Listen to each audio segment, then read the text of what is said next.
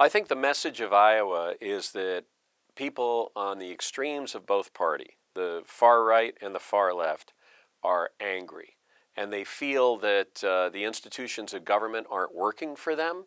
And they basically just want to turn over the table. Because that's been the campaign approach of both Trump and Cruz, who together got about half the vote in the Iowa on the Republican side of the caucus. And that's been the message of Bernie Sanders, who got about half of the Democratic vote in the caucuses. I am not really surprised by Ted Cruz's win in Iowa. If you think about it, 4 years ago, Rick Santorum won Iowa. Of course, Romney went on to get the nomination, and 4 years before that, Mike Huckabee won Iowa, and of course that year John McCain went on to get the nomination.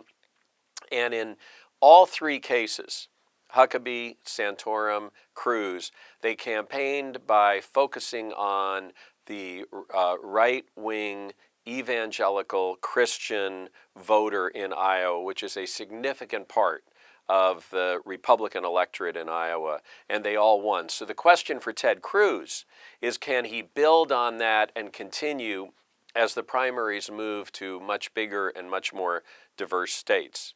The question for Donald Trump, who saw his lead in the polls not necessarily evaporate but diminish, is whether he can convert those many voters who said they were for him in the polls but are not traditional voters into people who will actually go to the polls and vote for him. But on the Republican side, the most interesting thing to come out of Iowa was Marco Rubio coming in third place. And watch for him to get a big bump as he goes into New Hampshire and the successive primaries and caucuses. Well, I think in New Hampshire on the Democratic side, Hillary Clinton won, very close race, but she did win Iowa.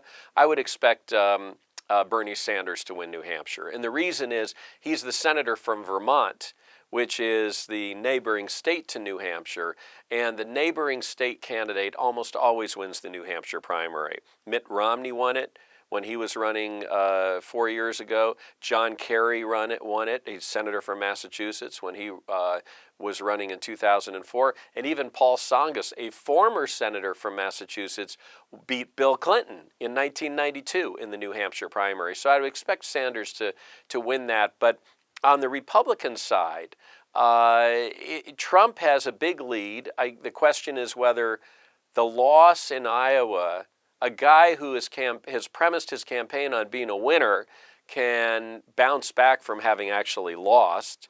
And the real question in New Hampshire is going to be who of the four more mainstream candidates, and that's Rubio, Kasich, Bush, and Chris Christie, which one of those four is going to emerge out of the New Hampshire primary? Bush, Christie, and Kasich have basically ignored Iowa and put all their emphasis on New Hampshire.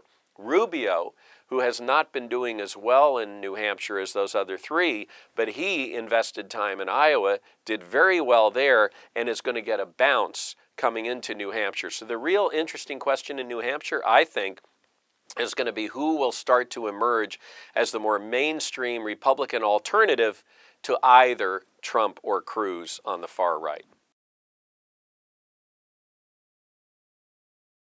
Well, as I said earlier, I think that Sanders may well win New Hampshire because it's sort of his home turf.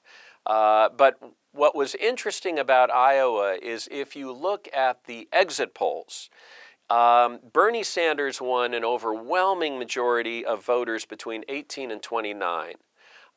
He and Hillary Clinton won a pretty overwhelming majority of voters over 44 years of age.